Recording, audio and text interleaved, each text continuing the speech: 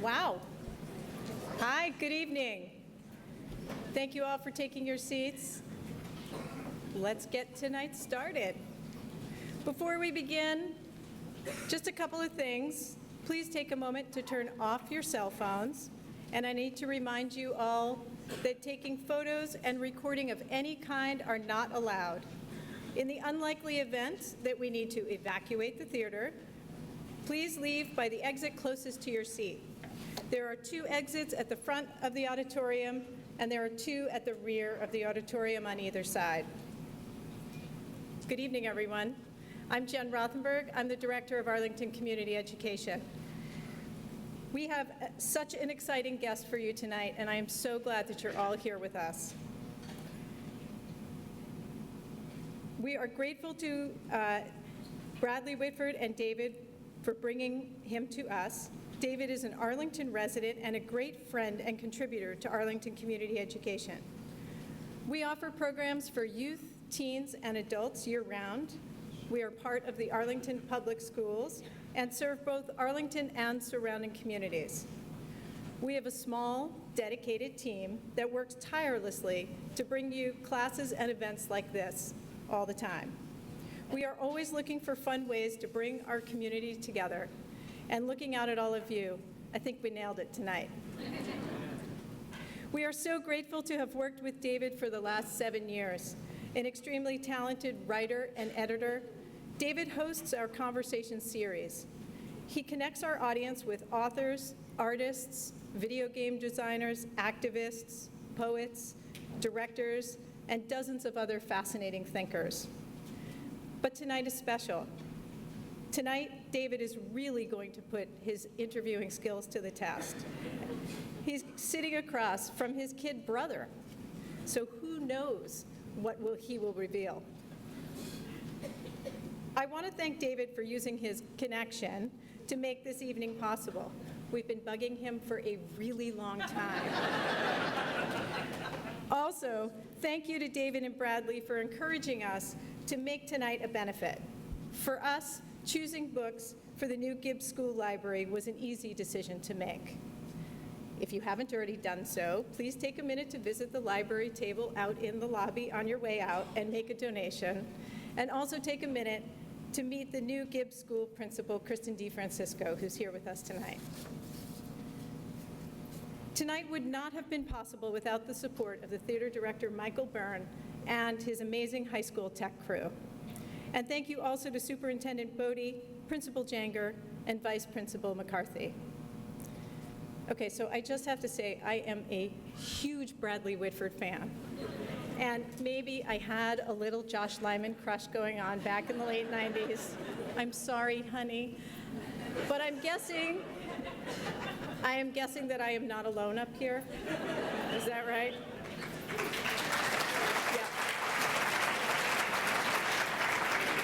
Bradley is one of a short list of incredibly talented current actors who performs not just on Broadway, but on television and on the big screen. In fact, we are going to start this evening by giving you an inside look at a video short starring Bradley, directed by Amy Landecker, who also happens to be David Whitford's future sister-in-law. So thank you, Whitford brothers, for bringing this conversation to Arlington. We are thrilled to have you.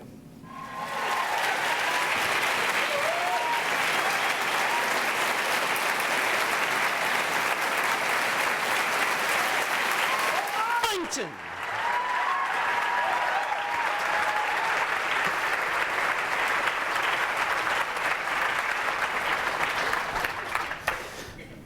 That film, That very, very deep piece of work. directed by Amy Landecker. Yes, my fiance, yes. Yeah, okay. Yes, and that was there's a thing called Funny or Die, which is actually a great place to do fun political stuff and to do little funny things. And they called us over there and they pitched that idea, and I thought, oh, that's a great idea. Yeah. All right. Well, welcome to Arlington. Thank you, Dave. Which you... This isn't weird at all.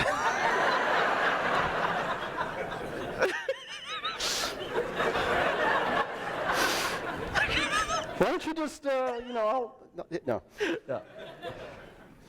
All right, since we're in a high school here, Yes. and I imagine that there are some students in the audience, although I can't really see, I thought maybe we would start with you talking about how you became an actor. Yes. Was it, I don't know, was it the first time you made everybody laugh at the dining room table when we were little? Was it a high school play? How did it start? I was never, even throughout college, acting was what I always loved. I realized at one point, oh, I'm just in every play I can possibly be in. But it never occurred to me to say that I wanted to be an actor, because I didn't know anybody who was an actor. And in Wisconsin, they're like, like if you live on the coast, you may, like, somebody's cousin is an actor. But in Wisconsin, it never felt like it was an embarrassing. It would have been an embarrassing thing to say. Does that mean that you were secretly harboring that notion and you didn't want to share it with anybody? Why don't you back off? No. Okay. No. No, I really did. It didn't. I knew that I loved it. I absolutely loved it. I wanted to do it as much as I could, but I did not think it was a rational choice. At the end of college, I auditioned. I remember when I opened the letter from Juilliard, I was like, oh, well, I guess you're going to try and do this. Mm-hmm. And that was the first time, and I'm glad that I wasn't, a kid, going, as soon as I get out of high school, I'm going to, go to acting school. I'm glad I had time to sort of really enjoy acting before it became a kind of scary obligation. So you went to Juilliard. You didn't go to Hollywood, at least originally. Right. You're, as they say, classically trained. Was that your... Condescension noted. Is that...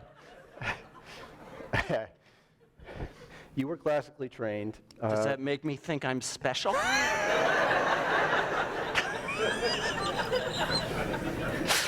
Yes, I was classically trained. Classically trained. Which suggests a career on stage, right? Is that what you were envisioning when you went to graduate school? Yeah, I mean, I wanted... being in movies or being on television then was not something you wanted as a pretentious young actor to be, a part of. And nobody became like a movie star. So this was like 1945 or something like that? No, Yeah. 1938. Yeah. But with the advent of electricity, it opened up all these career opportunities.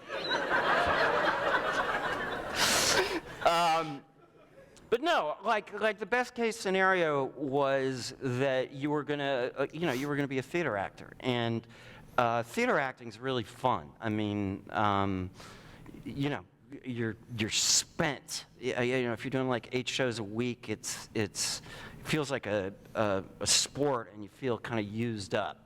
And acting's fun, but like filming is not fun. I mean, really? Well, it can. I actually think people develop these kind of pyrotechnical senses of humor on sets because it is just the dreariest. You're acting in snippets, out of sequence. Mm-hmm. So anyway, yeah. But initially, I was just hoping to do theater. Mm-hmm.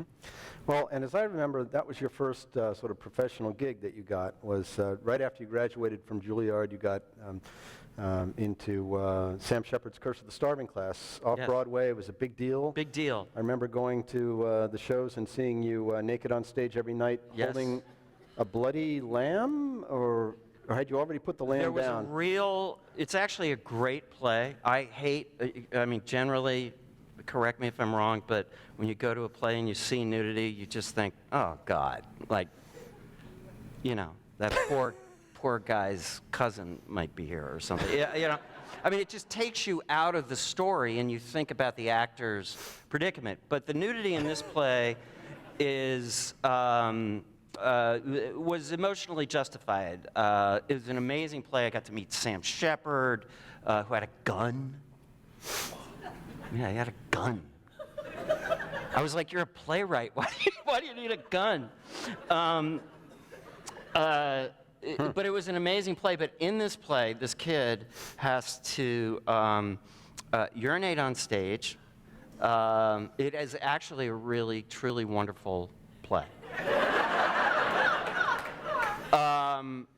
And who else was in? Who was the star of that? Kathy Bates. Kathy Bates, yeah. And oh God, I don't know if I can tell that story, but By all means. well, it was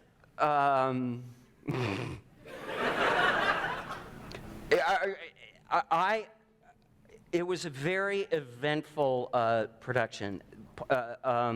This kid, he freaks out. There's this moment where he just walks on stage naked, which is shocking to the audience. He squats, which is what you want to do when you're naked in front of strangers. And he picks up a lamb. We had a live lamb who I called Meryl Sheep. And I worked with her this year, and I got to tell her that, and she laughed. And then he takes the lamb off stage, he kills the lamb, comes in, he's freaking out. I'm telling you, it's a great play. And then he starts ramming food into his mouth. From the refrigerator, there's milk all over you at that There's point? milk, there's eggs, there's meat. Yeah. I'm weeping. I'm just like chewing the scenery, literally chewing the scenery, and weeping, and I feel this kind of like electric sizzle in the back of my throat, and it was a piece of rotten meat. And I got salmonella poisoning. Now, salmonella poisoning is your body wants to get everything out. So I'm naked in a play, and I have not yet learned really the most important thing to know as an actor, which is if there's anything that does not have to go on, it's the show.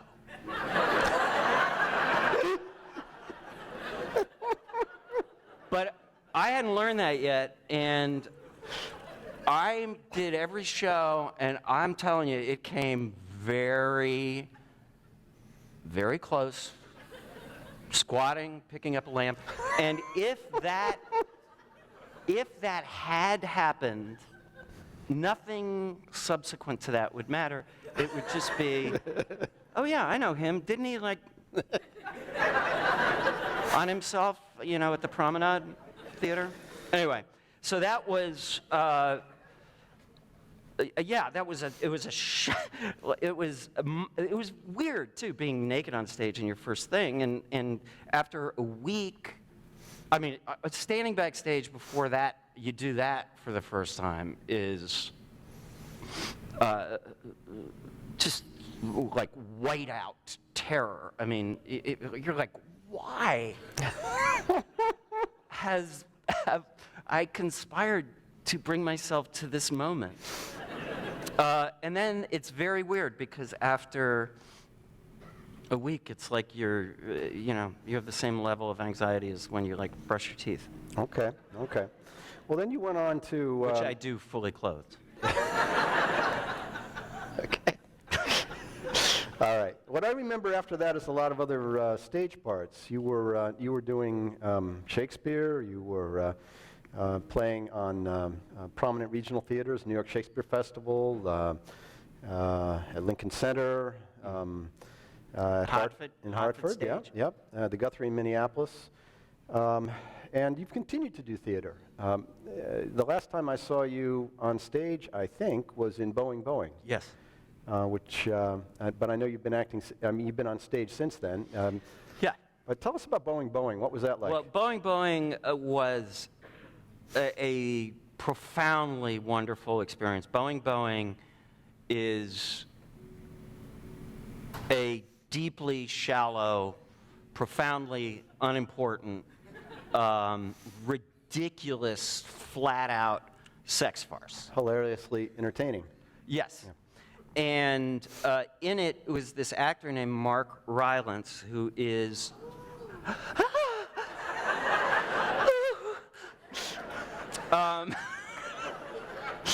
I can't wait to tell him that was the reaction.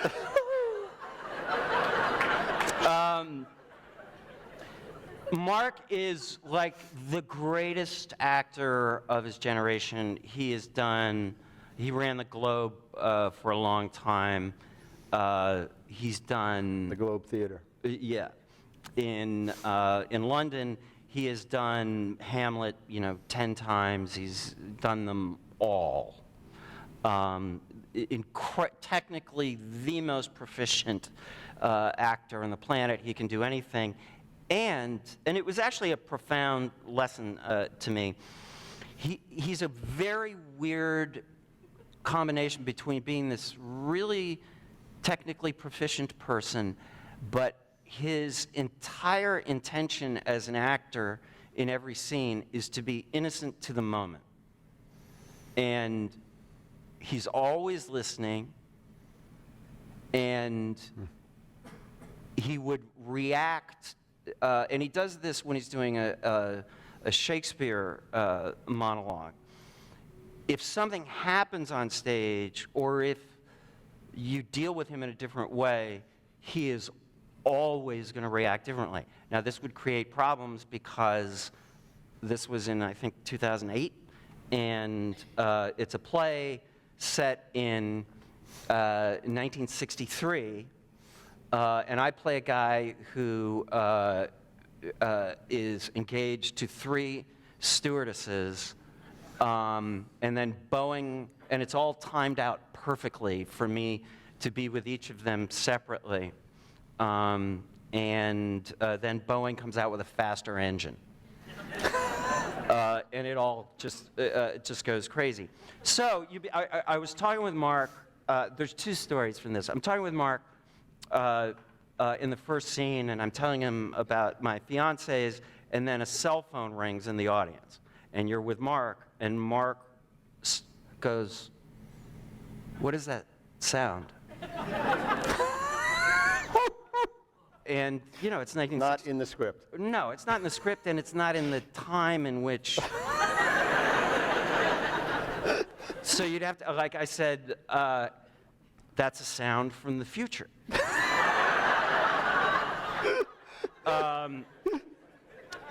But this is... Mark... we've been doing the play for like 6 months, 8 times a week.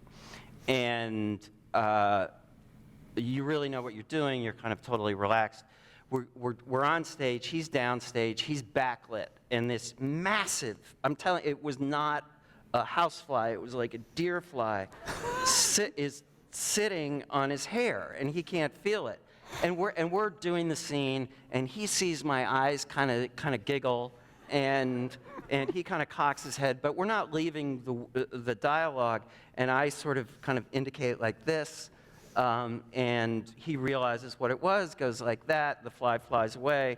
10 seconds later, the scene ends, we walk off stage, we don't even mention it. It's not an incident. It's not like, oh, wow, the fly. I go up to my dressing room, and over the monitor, he's now on stage alone. And you would often hear weird laughs because you never knew what Mark was going to do. And I can hear that, like, something's happening down there. And I hear these laughs and these oohs and these ahs.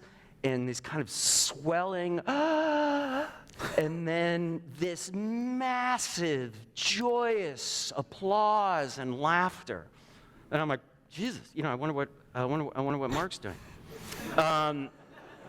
And I have to do this, I have to do this kind of like Kramer entrance onto the set. So I'm standing back there, and I enter, this fly lands on my chest, and I kill it.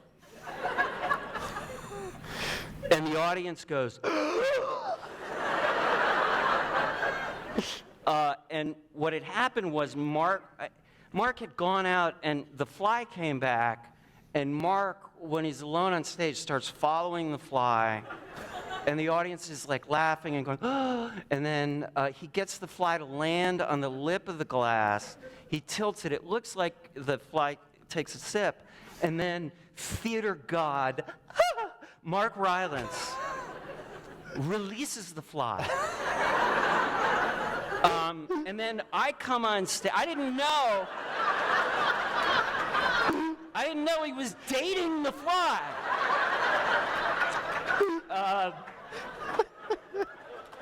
And I swear to God, and I felt bad because, as you know, we grew up Quaker. I pride myself on not killing flies.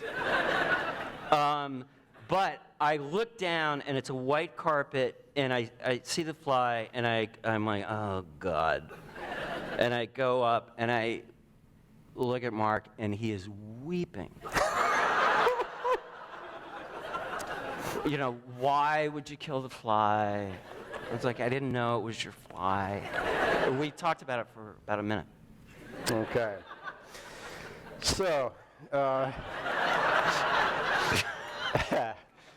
after, yeah. Mark. At a certain point, we jumped ahead to that, well, I guess that was sort of the end of your, or that was still part of your theater phase, where you were doing mainly theater and some television, I suppose, around that time. Yeah, well, that was 2008, so it had been a while before I had done a play. Okay. So at a certain point, you start getting roles in TV and in movies. We're going to talk about Get Out in a minute, but I want to tell you a story about when I went to see Get Out. It's the first night that it was showing here in Boston, and the theater was packed, so I couldn't sit with Sarah. We were sitting in separate seats, and I'm sitting next to a total stranger. And I don't usually do this when I go see you in movies, but in this time I said to the guy, my brother's in this movie. And so the movie starts, and the lights go down, and the movie starts, and then after a while I hear him snoring next to me. Great.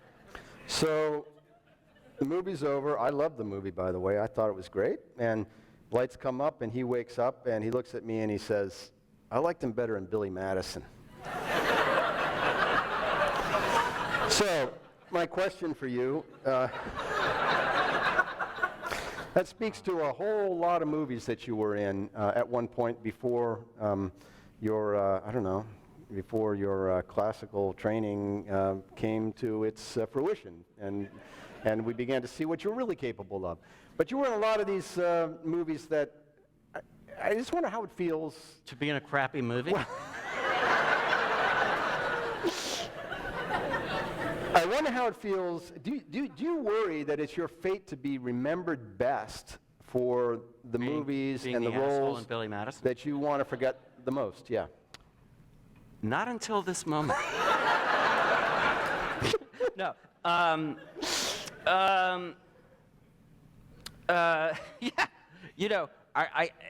I was sort of glad with West Wing because I felt like it might get Billy Madison out of the first line of the obituary.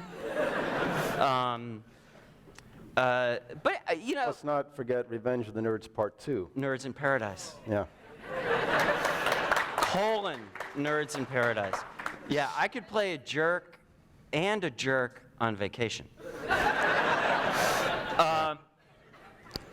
But here, I'll tell I'm not justifying it, although I feel like you want me to. But people are always like, how do you get on West Wing? The way I got on West Wing was I did not want to play the jerk in Revenge of the Nerds, Part 2, Nerds in Paradise. But I did it, and I met Tim Busfield, who became a friend, and we went to the Humana Festival in Louisville to see some plays together, and then he was on 30-something, and then he ended up replacing Tom Hulse in A Few Good Men, and then he said to Aaron Sorkin, that would be, yep. You should meet this guy.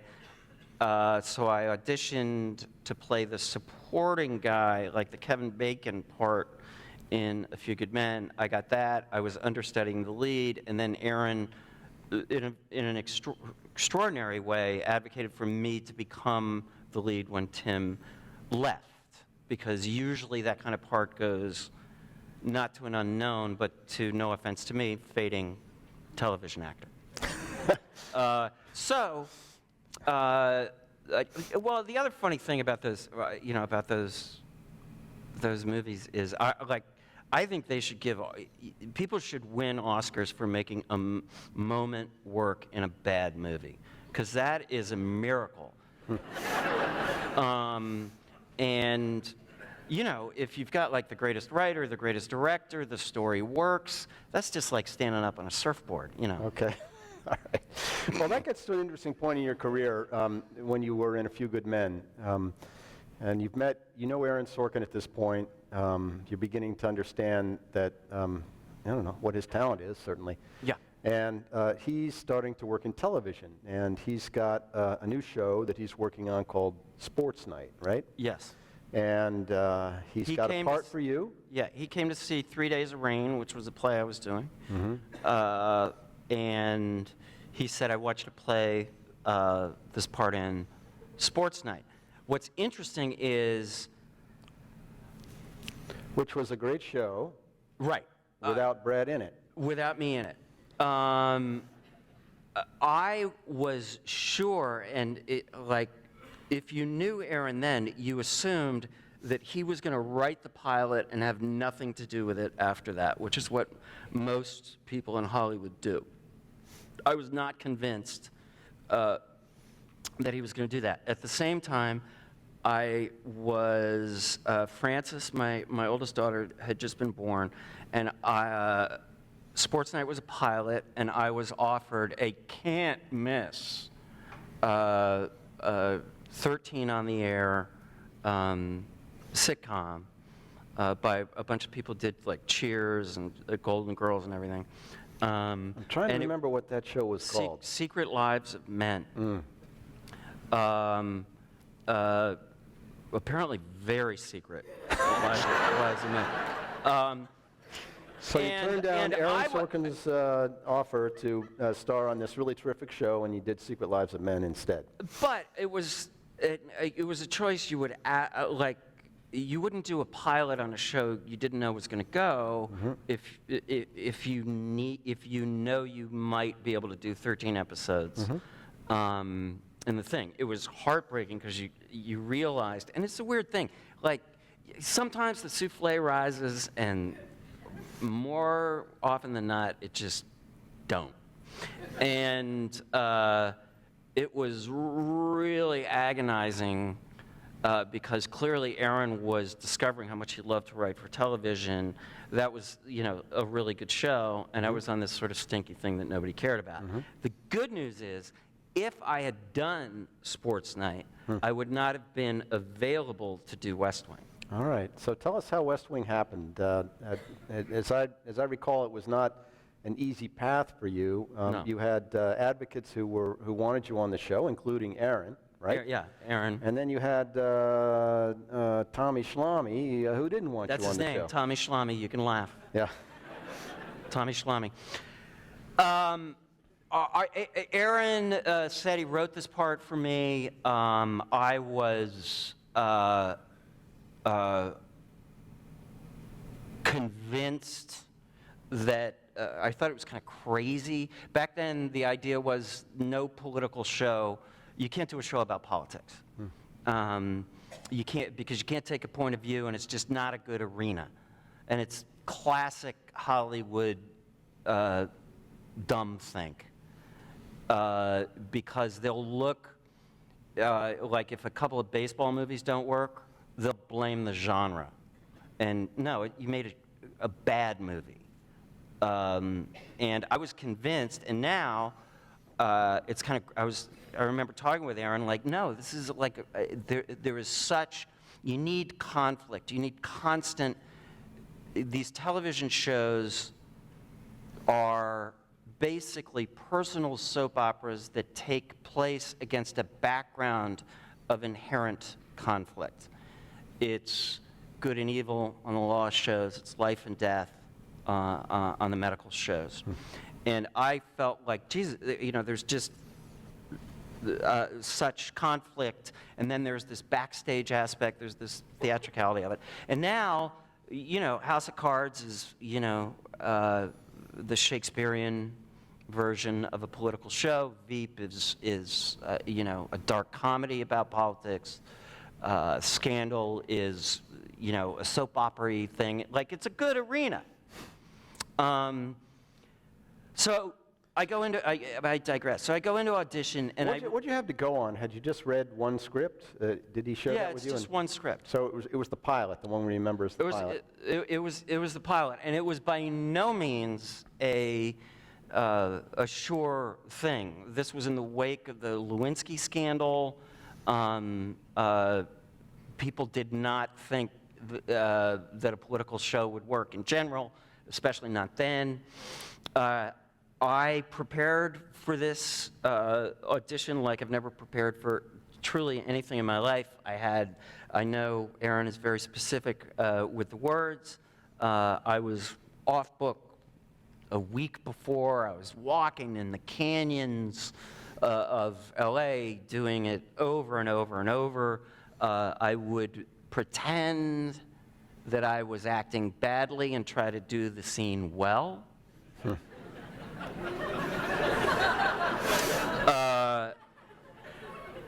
So that I was completely prepared. I had what I thought was, and I do not, auditioning is horrible. It's ridiculous, stupid, I hate it. But I knew that one went well. Aaron called me, said, absolutely great. Then we got the call, they don't think I'm right, Warner Brothers. Aaron didn't have any sort of swing then. They didn't think I was right, it wasn't funny, it wasn't sexy. Yeah, they said you receded, right? Yes. When you were paired with Moira Kelly. Yeah, who was there for a couple episodes? Or, Yeah.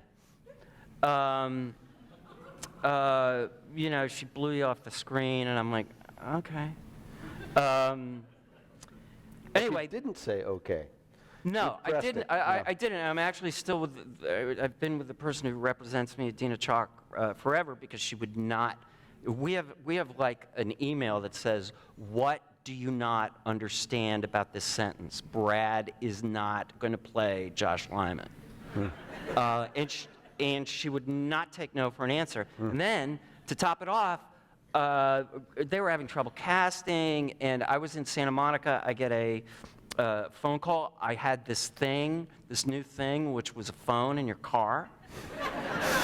And I got a phone call. It was Aaron. He said, listen, great news. You're in.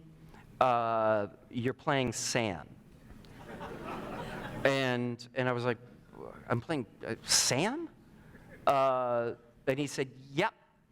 And I said, I have no right to play this card, but this is the one time I'm going to play it. That's crazy. Like, I'm not the guy with the hooker and the thing. I'm the guy yelling at the Christians at the end. And I think what was going on is they really wanted Rob, and I think there was contractual. Rob Lowe? Yeah. But anyway, yeah. Then I got it.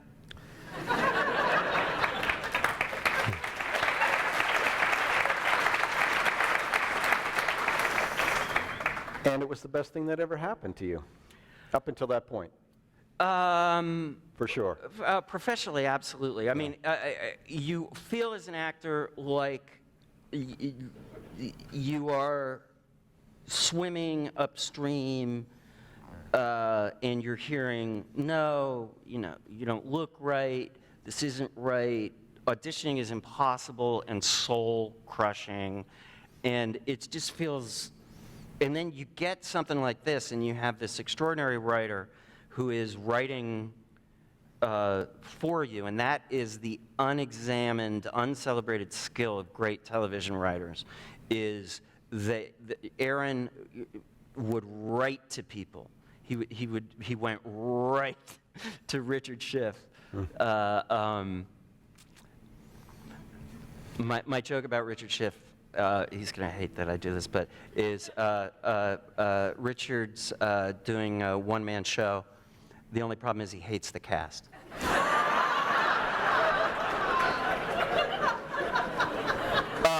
And I love Richard with all my heart, and I go way back. But, so suddenly you have Aaron who has the skill, and after, a decade of, we don't think you're that good, suddenly, it's like I've never surfed, but it's my metaphor of the night. Suddenly you feel like, oh God, this, it was an amazing feeling. I still remember these sweet mornings driving over the hill to the studio, and you got this hilarious, smart scene with Allison or John. I mean, it was incredible. And you came in right with that show was not the only good thing on TV at that time. Obviously, Sopranos. Sopranos came on right about. Was it this? They start the same year or similar times? I think the Sopranos. I think they started before, and it was always shocking to us. And here's the other thing that's what's frustrating about the way Hollywood thinks. All the shows that these milestone shows that people connect to, all of them would have stunk if they went through conventional development, which homogenizes ideas. If anybody thought The Sopranos was going to be a tenth as successful as it was, David Chase would not have been allowed to write it. You never would have met James Gandolfini. They would have stunt casted it. They would have interfered. But Chase got to get going and get a very personal vision out there. Breaking Bad, if anybody had any idea that show was going to be successful, Bryan Cranston would not have been in it. Vince would not have been allowed to write it.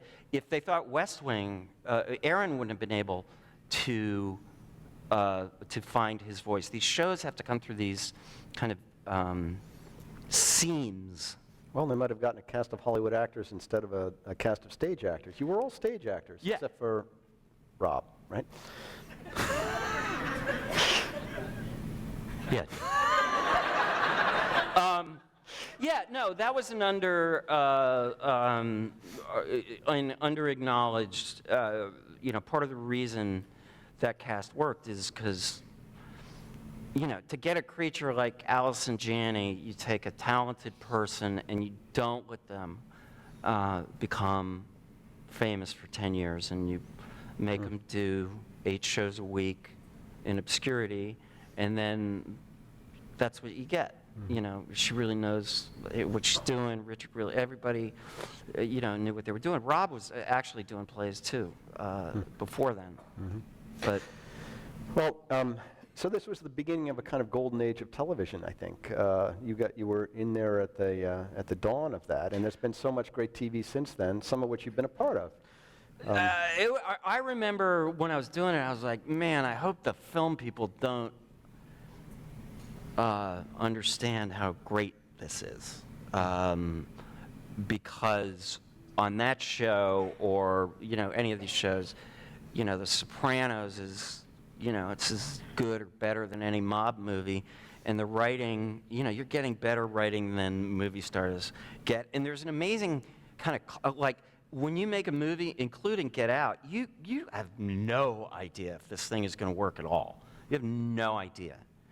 When you do a TV show and it's up and running, you have an audience and you have this incredible ongoing relationship with a character and with an audience. So Gandolfini walks in year 5 and is having a fight with his wife, and you know it's a much deeper experience. You know what he's been through. Oh, he's gained a little weight. You know, like you have a history. It's extremely intimate. It's interesting to me that people use a possessive. Like that's one of my shows. You know, it's very personal. You know, and now you like get into bed with it. But I was like, now they have all discovered that it's a much better place to be. And the reason it's better is that it's writer-driven. It's writer-centric, as opposed to film stuff used to be sort of, it's star-centric and director-centric, and writer-centric is better. The best thing is story-centric. Well, maybe one of the recent exceptions to that is Get Out.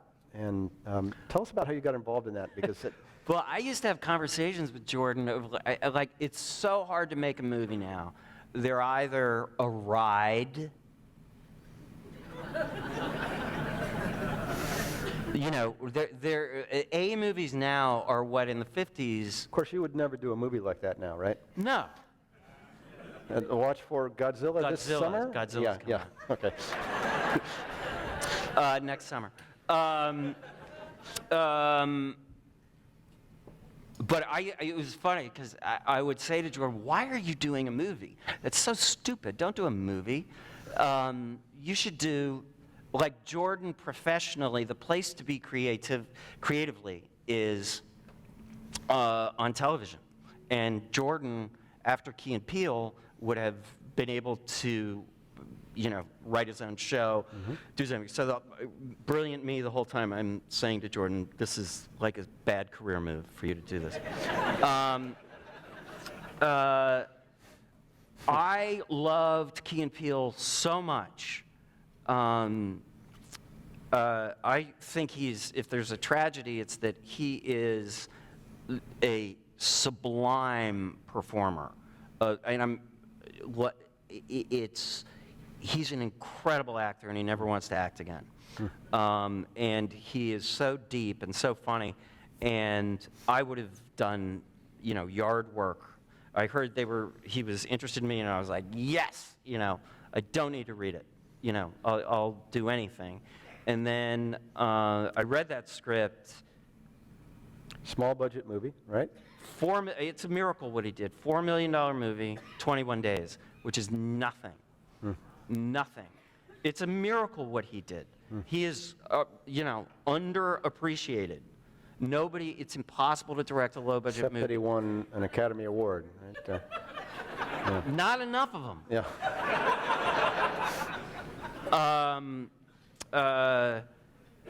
But to come out of the gate in that impossible situation, and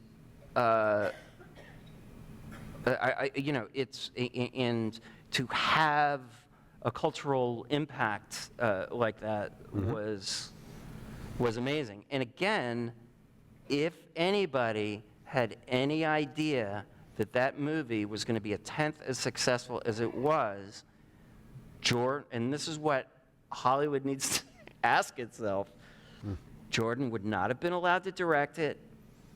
None of us in the cast would have been in it. You never would have met Daniel Kaluuya. But that was a shock. I mean, you know, Jordan was like, it's really good, man. It's really good. And I'm like, are you in your own cult? And he's like, no, I think it's really good. I think it's really good. But I want you to see it with an audience. And I went to Sundance, and it was a midnight screening, and I was shocked. Because I've been in movies, you know, sometimes it just lays there. And it led to Godzilla for you. right? It led to, Yeah. again, But also the Post. yes? I mean, these are parts you've told me that you don't think you would have gotten if it hadn't been for For the Get attention Out. that you got in Get Out. Yeah. Yeah, I think that's true. And by the way, the reason he said the reason he cast me was, as a, he just said, I just think it'd be really funny to see Josh Lyman removing someone's brain.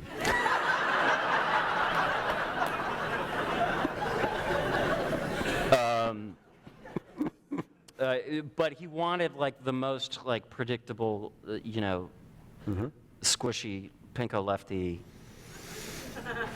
person. In that role. Yeah. Yeah, but it definitely helped get other stuff, and that's what's kind of wrong with Hollywood, because it's just you're lucky that you were in something that came together, and so it's not inherent value.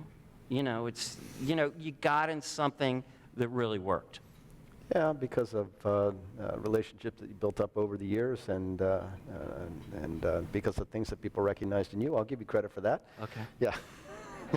We're going to want to open this up to questions very soon, but I just had a couple more I wanted to get in. I want you to just talk to us a little bit about the cast that you worked with in the Post, because I remember you calling while you were there, while you were filming, and talking about what an extraordinary experience this was for you. And you've worked with a lot of great actors, but Meryl Streep, that was... Meryl Streep. Yeah. Yeah, I mean, the funny thing about that, I heard they were interested. I read a script. They were really interested. And then they invited me to read the new script. And you go over to Amblin, Spielberg's offices, and you go through a lot of security, and you sign a non-disclosure agreement. It's like, Jesus. And I read the script. The script was great, and I'm leaving, and somebody grabs me and says, Stephen wants to talk to you. And I know him a little bit because he produced All the Way, and I worked with his wife. That's right. And Yeah. what was that show called? Smoldering Lust. Smoldering Lust, yeah.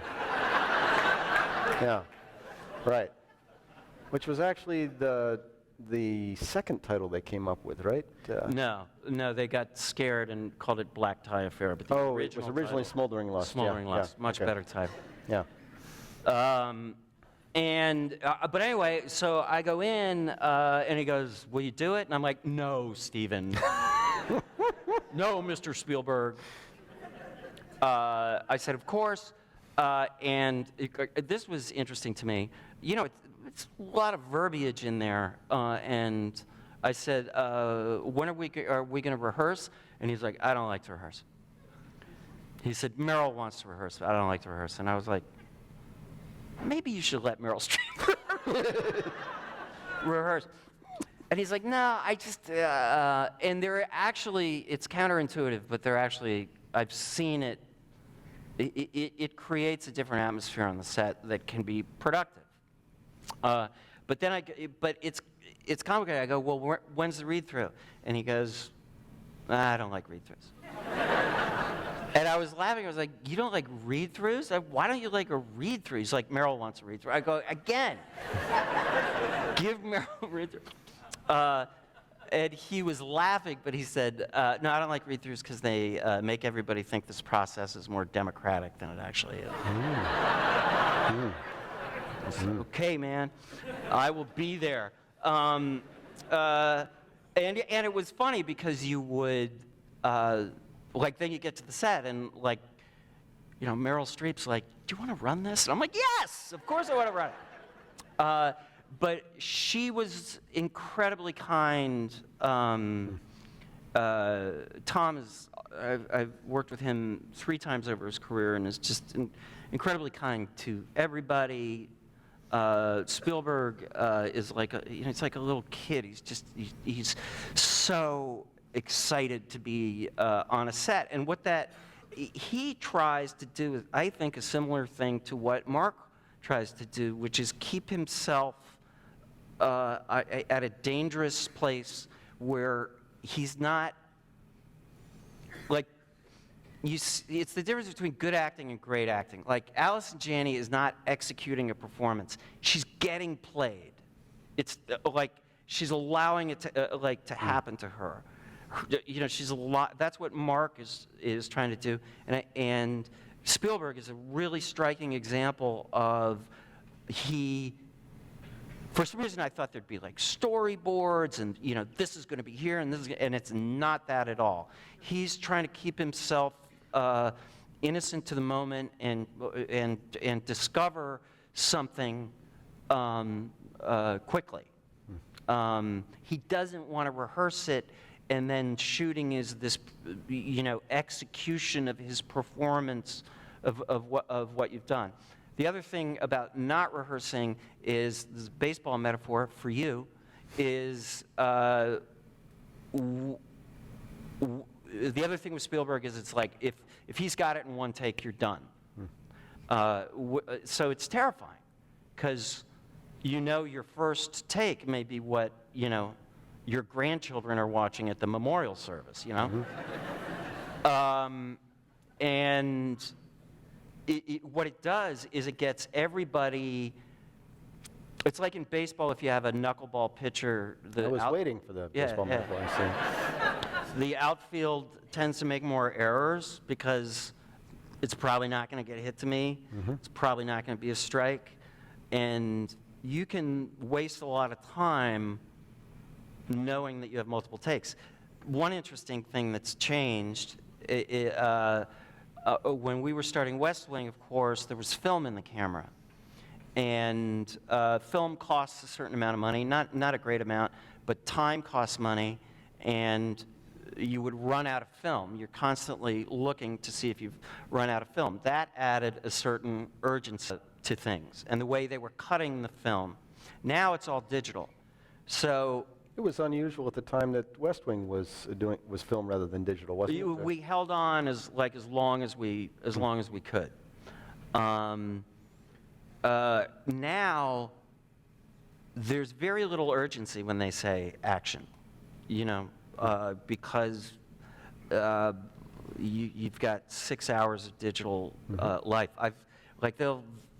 You'll have a problem with a line, and like the writer will come in, you'll have a whole discussion, they'll film the whole thing. It's weird.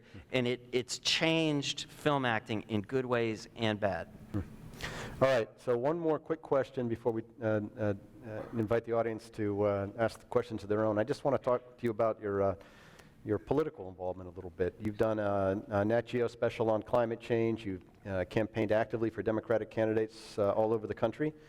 You've been a vocal critic of Donald Trump. Thank you.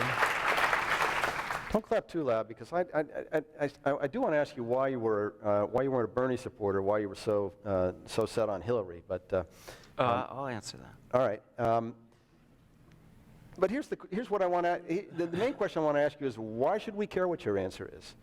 I'm proud of you for speaking up. I agree with everything you talk about. Although I'm not sure I would have agreed with you on Hillary over Bernie. But what does it say about the health of our political culture when fame, and in some cases fame only, carries so much influence? Look, it's a weird thing. I've struggled with it. You know, you used to hear like Ben Affleck, you know, my heart would sink when he'd start talking about like, you know, trade in China. You know, I get it. I've thought about it a lot. Things started, I think we grew up in a kind of politically aware family to a certain extent. Our older brother was a conscientious objector. That was a very present drama in the house. And then right when I'd always been interested in politics, and then this West Wing happens, and I'm having my second and third kid, and we're invading Iraq, and there was a real urgency of your kid's future being attacked every time the newspaper hit the driveway. Ultimately, I came to the conclusion that, I can, Hollywood people, it's interesting because people get exhausted with them, and they should. And if any Hollywood person is going, I've been successful because I wear makeup for a living, so you should listen to me, they're like an idiot. But there's nothing less democratic than telling somebody to shut up. So they should shut up.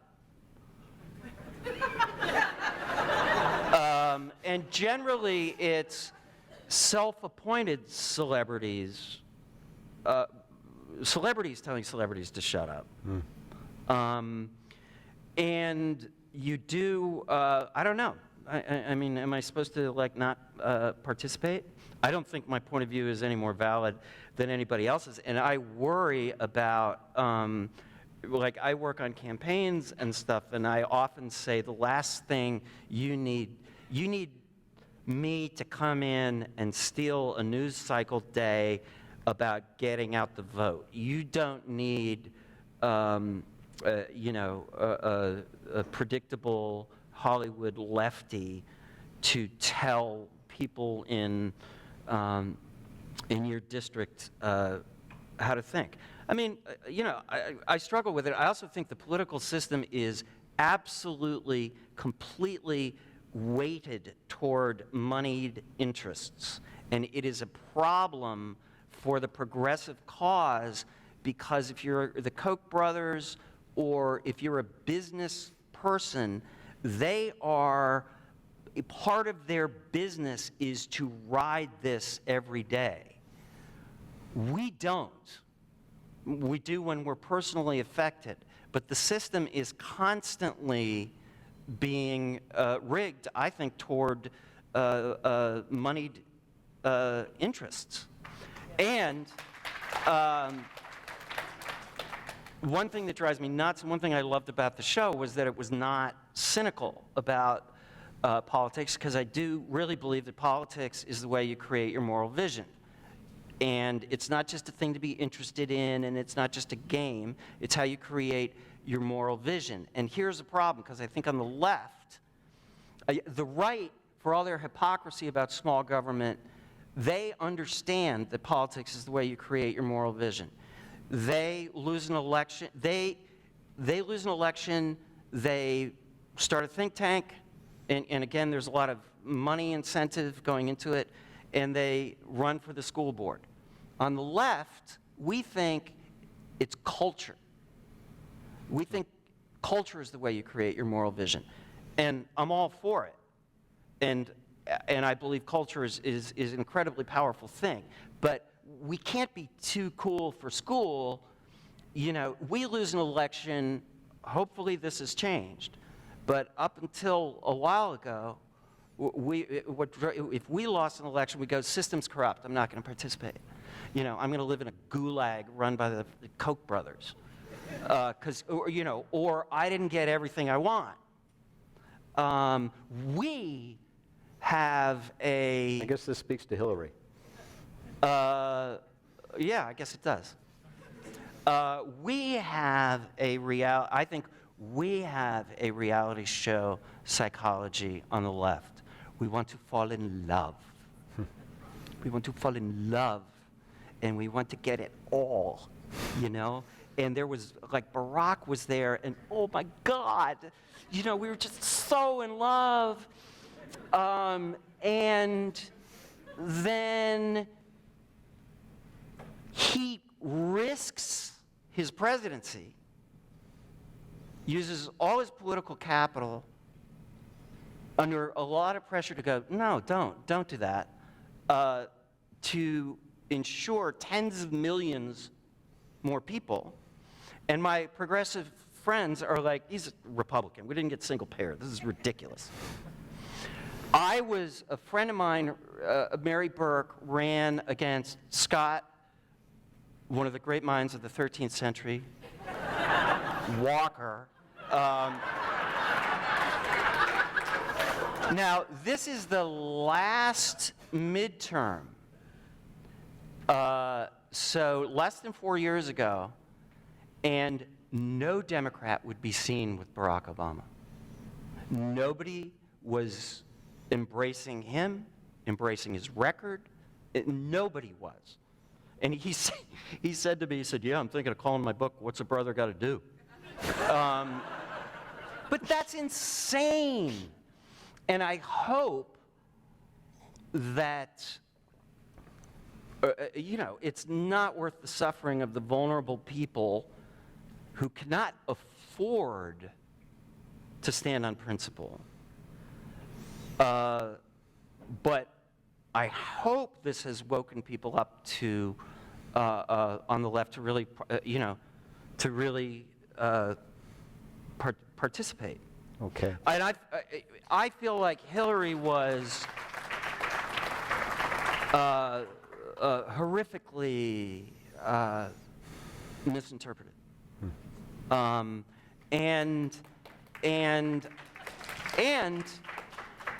Here's my Bernie thing. I think that I agree with virtually everything Bernie says. I think if you put a Venn diagram of what they both wanted, it was basically a circle. And Bernie pissed me off because he's like, she's bought, just as bad. And when you do that on the left, that's a toxic accusation, and it's sloppy, and it was incredibly unfair to someone who's done more than anyone to get people health care. She got, knocked down, mocked, screwed. She gets up and she goes, well, can we get like children's health insurance program? So I felt very defensive of her. And my other thing with Bernie is what was disgusting about, I don't like it when people run on rage. I think you will always, because it works. Trump worked. And I think a lot of the reason Bernie worked was, and a problem for Obama and for Hillary was you have these people going, my real wage has not gone up. My kid is in debt for life because of college, and this is not the American dream, and this is not working. And then you'd have Obama or Hillary go, I understand that. That's incredibly frustrating, and that's why we have this program over here, which is the absolute legitimate, tangible, solution. But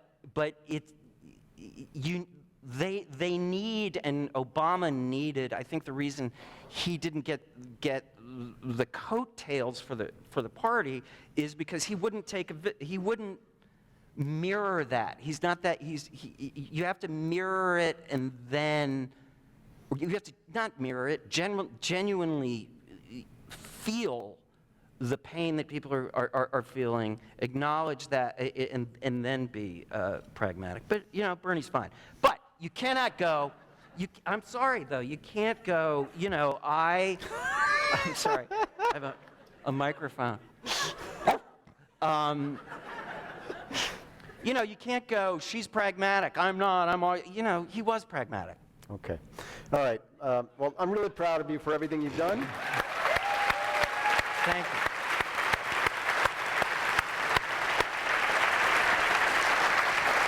And I apologize for hogging the questions. I just want to make sure that somebody asks a question about West Wing, because I think Brad has some news on West Wing. Oh, do I? Put this behind my back?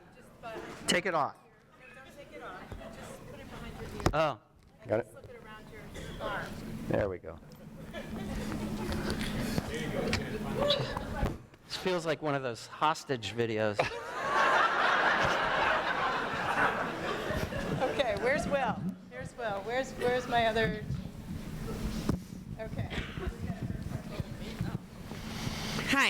So I guess my question is about the West Wing. So share your news. And then I also wanted to ask, I know you directed an episode, and have you thought about directing more? Are you interested in that? That's my question. Directing? Yes. I And whatever got. your news is, that's the most important question. Start with Oh, the the news? then the directing. I don't have any definitive news. All I know is that Bob Greenblatt, people have been saying, oh, you should bring this back.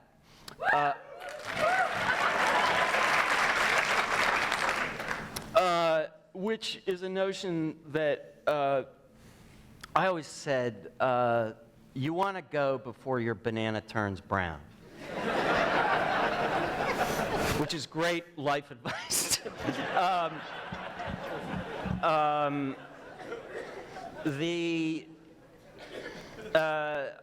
It was an idiotic idea a couple of years ago. Aaron sort of entertained the notion in an interview, saying that the guy, what's his name from, I'm sorry, from This Is Us, as president, who's an incredible actor. Who was that? Sterling K. Brown, Okay. who's incredible. There's been this wave of successful rebootings, which is economically kind of makes sense because the world is so fractured, and you have these things that have a built-in audience and arrive in a certain way. And I was surprised that Greenblatt said he was thinking about it. You would absolutely, want Aaron to be completely happy and comfortable. I don't know how you do it now. What do we pretend?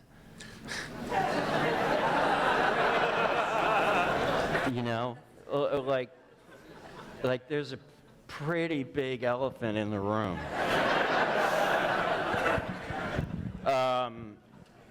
So what used to be a fantasy might just be denial. But I got a call from a representative of mine saying, people are talking about this. So I don't know. After like 5 years, they asked me if I wanted to direct. I had an idea that I wanted to work on with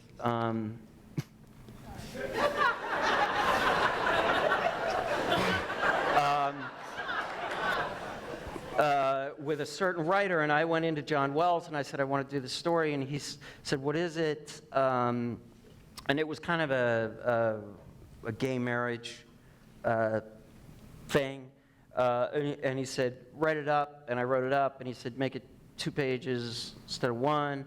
And then I came in and he said, "I think this is a better idea than mine. If you got a week, I'll back you up if you totally screw up, but I think you should try this." And John is incredibly. Am I having a stroke? Is this? Somebody.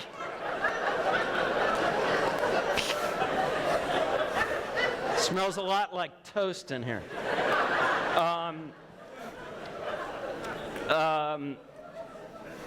So anyway, I got to write a couple of episodes. John would not let you direct anything you wrote, so I got to write too, and writing is more interesting. I did direct the final episode of I Killed Studio 60. I directed the final episode of that, and I loved it. It was fun. I would like to do it again. Another question back here? One could infer from various episodes of Sorkin, things you've done. I'm thinking of a couple of turkeys in an office and a pair of slippery shoes that... I love that. I love that. That was one of my favorite moments, is just for no reason fall down. Well, that's leading me to wonder, it seems like a good practical joke is appreciated. So, A, who's the merriest prankster you've worked with on set? B, are you an agent provocateur yourself? And can you share any of these examples? Oh, God, yes, I can. Josh Molina. Josh is a guy who, like they're called sides or the day's pages in your hand. If you walk by, he'll knock them out of your hand. He would take your iPod and change it to Mandarin. I was always reading books on the set, and he would several times tear out the last 4 pages.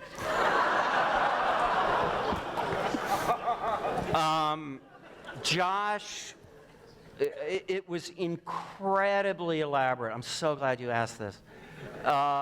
Josh, one night, we would shoot until like 3, 4 in the morning and our show would kill directors. You'd find them like weeping behind it was just brutal, long hours. Friday night, it's Saturday morning, it's 3:30 in the morning. At 2, Josh gets the director's keys from Transpo. He fills up the trunk with stuff from the set. At 3:30, finally, this guy, is just going to like go home and go to bed. Josh calls security, and we're driving out. This is the level of perversity of Josh. And the guy's being, like the Burbank police are there, and the guy's like, I have no idea. So he's an extremist. He did. I have to tell these stories. I'm sorry. And it's constant. I was going through a hard time, and he obviously would sneak into my trailer and just think about things he could do to me. And I had a very sweet assistant who I was going through a hard time, and she wrote these sweet little life coachy, you're gonna be okay, and you're doing great today. And I come in, and Josh has you're losing your hair. So one day I go to shoot a scene, and Jimmy Smits, it's a crowded scene, and I haven't seen him before, and we're getting tweaked, and Jimmy looks over at me and he's like,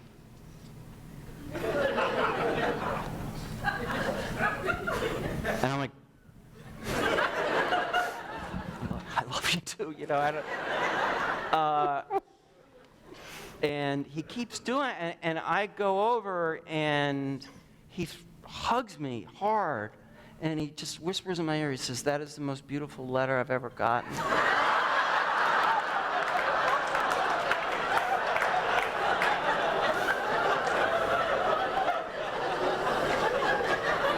And I've never seen a flower arrangement like that in my life.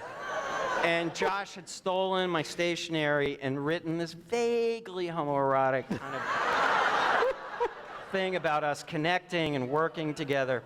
So, to get him back, we would go to the SAG Awards every year. The show would get nominated, and you would go. I got to the person who edited the memoriam reel.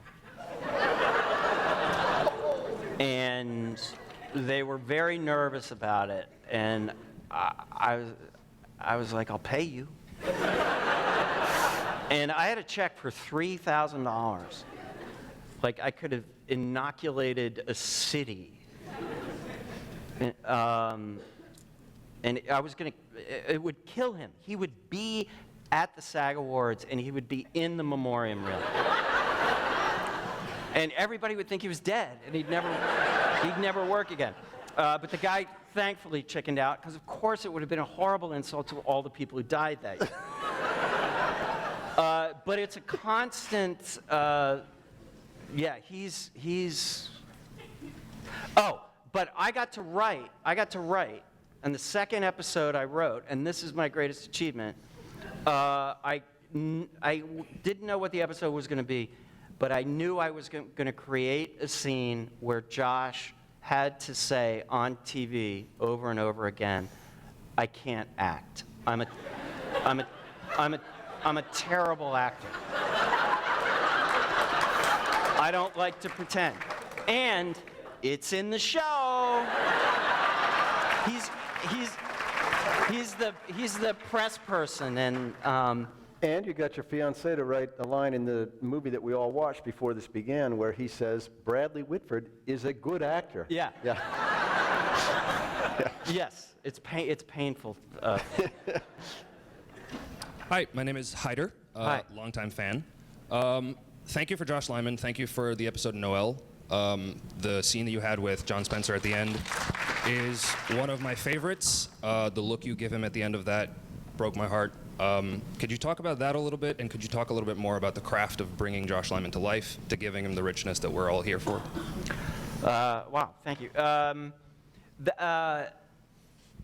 I may be wrong, but I had gotten, I mean, first of all, what Aaron Sorkin did, nobody will ever do again. It will never happen. He wrote 22 episodes for 4 years, the equivalent of 11 feature films for 4 years, very, very complicated stuff.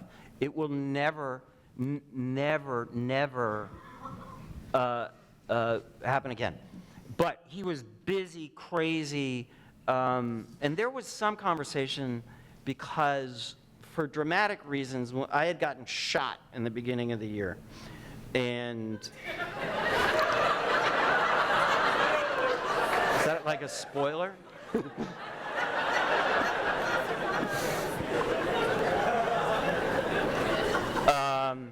I might have gotten shot earlier. But there was some and then dramatically, you don't want the show to be about that anymore. And he and Tommy very clearly were like, we're just going to move on, you know, and that's what the show did. You know, that's not what the show is going to be about, this. And then I think I spoke to him. I may be wrong. I may be embellishing my influence, but I think there was a discussion where it was odd because I was like, you know, I may have gotten shot this year. You know, I know we don't want to deal with it, but don't we have to like sort of deal with it in some way? And I remember him going, no, yeah, and I've got this way of doing it. I don't know how you make Josh. I mean, you use an emotional stuntman, right? use an emotional. Yeah. I used an emotional stuntman. You know, you just, you know, it really is all writing. And again, he's got a weird way of needing to exploit you and everyone in the cast, because he's got to write 22 of these. And sort of finding, you know, my political point of view in the show is precisely my point of view politically. My energy, like in that particular thing, you are really using yourself. And it's all about like not thinking about creating a character. It's about just trying to make the scenes work, you know, and sort of letting it unfold. But you know, you can't do it if it's not on the page. Have we got time for one more, Jen? That's, I don't know who to call on. It's hard for me to see, actually. Who's got the microphone here? Looks like there's a question. Okay. Can I do it from here? Oh, hi. I'm a big fan of Transparent, and I thought yeah, go for that. And I thought your performance in that was just really brave, and I wonder if you could talk to how different the experience of being on that show was compared to the Hollywood types of shows. Some of it's obvious, but I'd love your perspective. Yeah, that was like one of the greatest acting experiences I ever had. It's totally. I always think this about acting, like I don't even think there's like Acting's this is pretentious, but it's a weird thing because, like at Juilliard, you'd realize, oh, like musicians, there's this whole body of technique you have to master before we can even talk about if you're any good. As a dancer, as a musician. On the other hand, we've seen dogs be good in movies. So,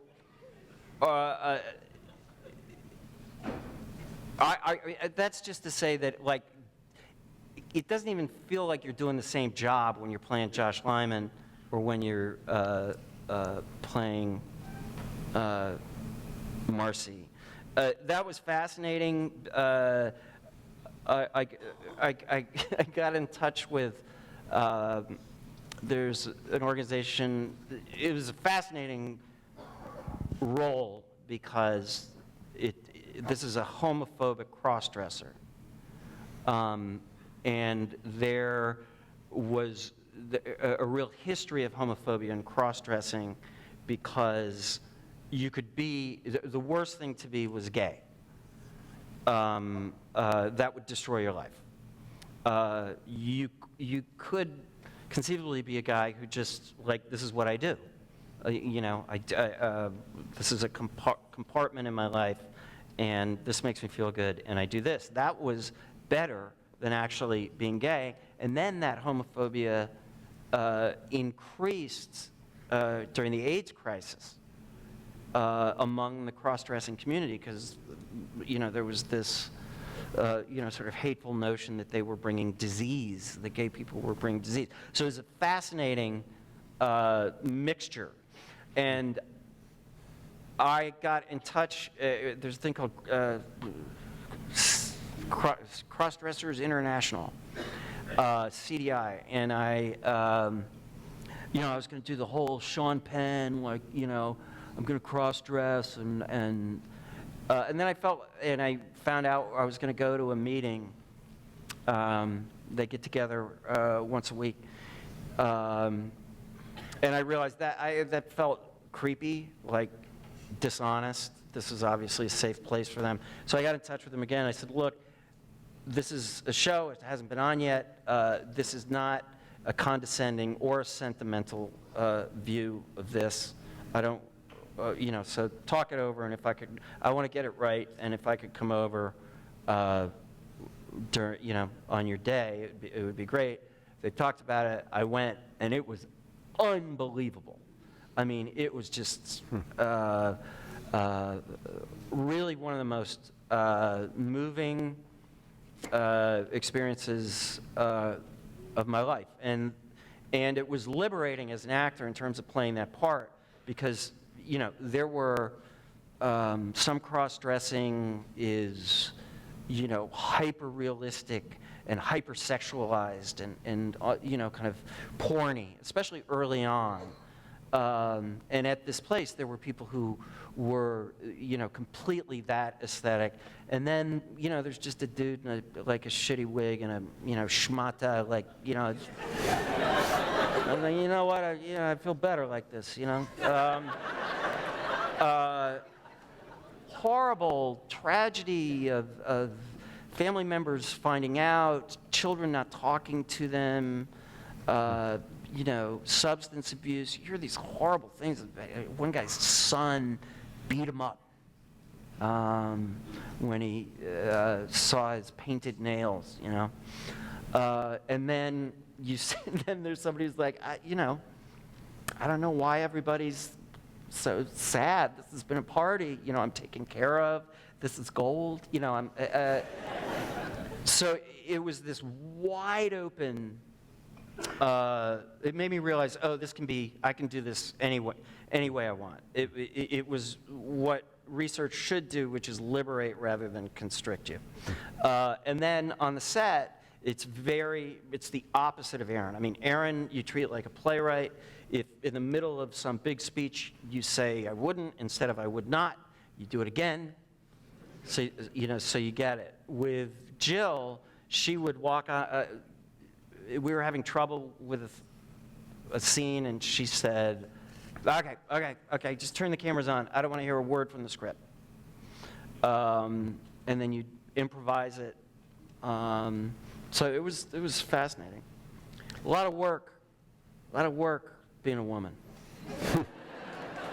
I mean, it was a lot of, it's like the shoes are insane, and the girding, and it was funny because you immediately get like vain. I went to the costume fitting, and the woman's like, "Wow, you have nice legs," and I was like, "Really?" And then I'm like, make the tits bigger so the skirt comes up. So I'm, you immediately like. Do we have time for one more? Sure. Hi, my name is Mia, and first of all, I just want to say thank you for doing this and just being here. And Where are you? I'm the short one over here. Oh, there you are. Okay. I'm like, where? And like supporting like the library for the new school next year. Sure.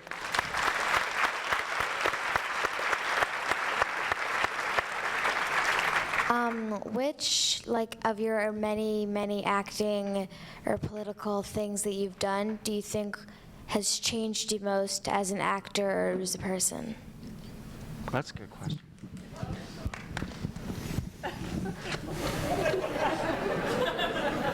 It's personal. No.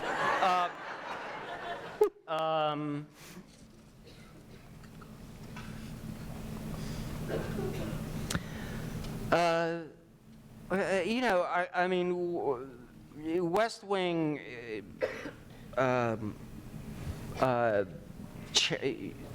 changed my life and became, with those actors, it goes back to I'm really most grateful for that, because when you're churning out these episodes, you are really learning how to act. And when you're looking at John Spencer or Allison Janney or Richard Schiff or Martin, I remember as a kid, I don't think I said this out loud, but I always wished there was an acting season, like there's a baseball season. Like I just so it's not so special, and you're not so terrified, and it's but you're doing it, and you're tired, and some days you're ready, and some days you're not. Some days you're connecting emotionally, some days you're not. Your daughter's calling here. Do you want me to take this? No, that's good. Just say Daddy's talking about himself. Yeah.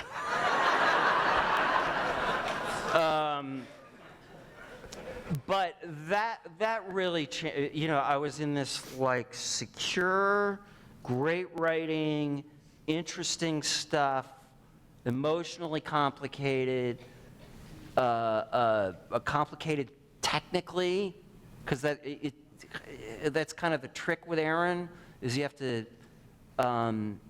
you can't let the technical obligation suck your soul out of you. You have to find some way of kind of dealing with that, and just to be immersed in that. I mean, that I think changed everybody, and it made you realize that because most things don't work, and it's heartbreaking. Most shows don't work. Most movies don't work. I always love, like, people always go, why, all the movies in Hollywood stink. I'm like, write one. There are commercial, cynical pressures, but it's really hard to make something work.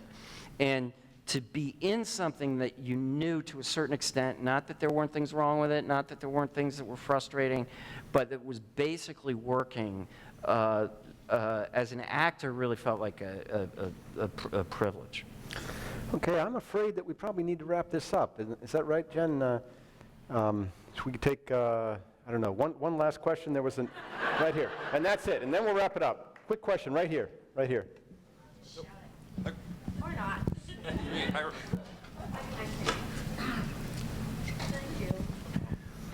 Hi, thanks.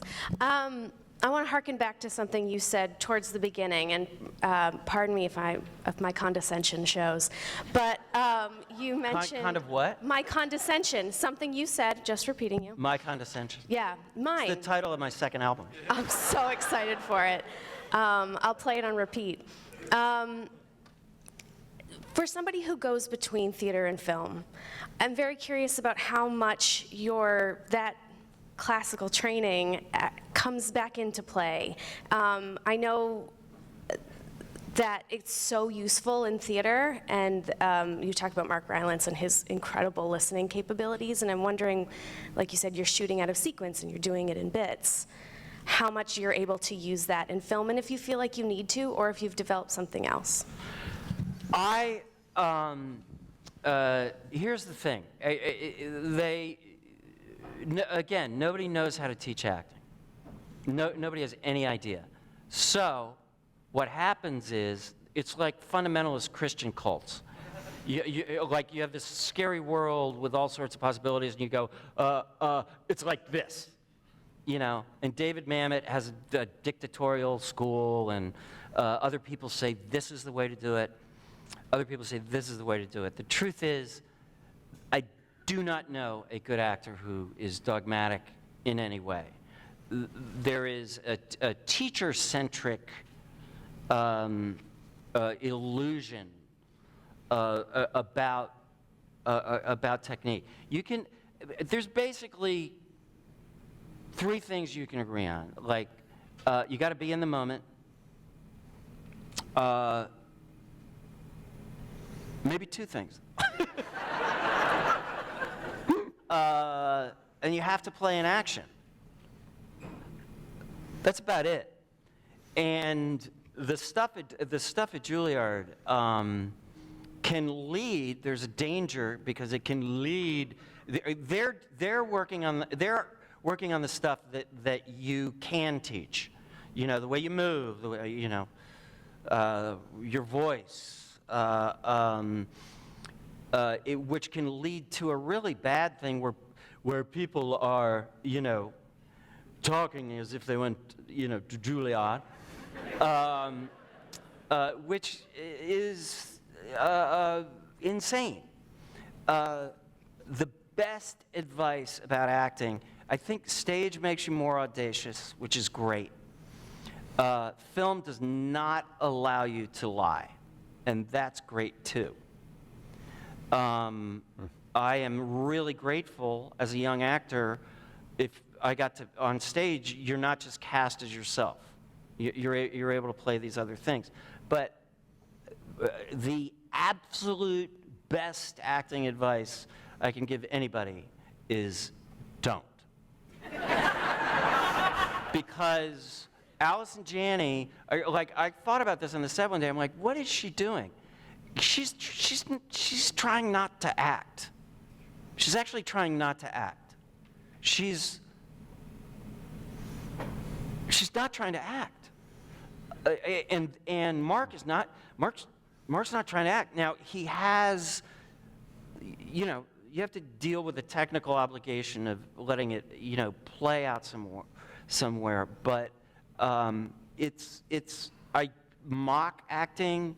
I say dogs can do it, but it is a very profound thing at its center because it is ironically not acting. When you watch Meryl Streep and you see 20 different things going through her, I'm getting all choked up.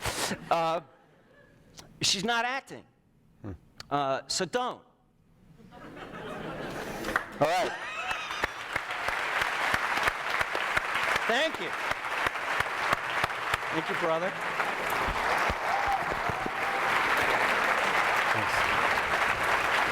Thank you. All right.